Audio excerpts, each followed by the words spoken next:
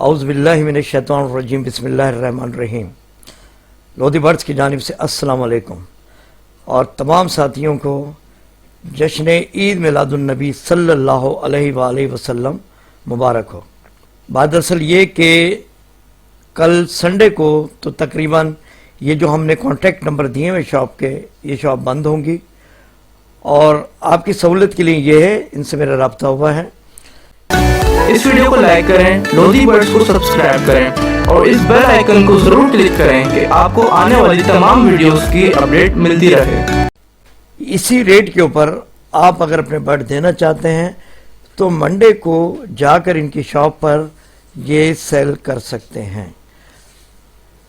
Contact number इनका मौजूद है, इनसे आप रब्ता कर लीजिएगा और ये जो भी बर्ड्स आपके पास मौजूद हैं वो जाकर इनकी शॉप पर आप दे दीजिएगा।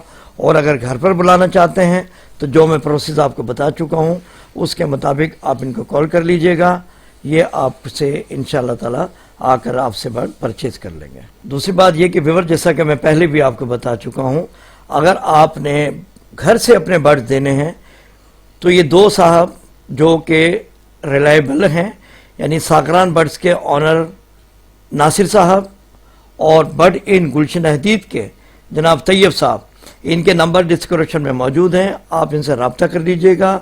ये दोनों साहिबान आपके घरों से आकर आपके बर्ड परचेज कर लेंगे। इसी के साथ इजाज़त दीजिए, दुआ में याद रखिएगा। अल्लाह हाफिज़।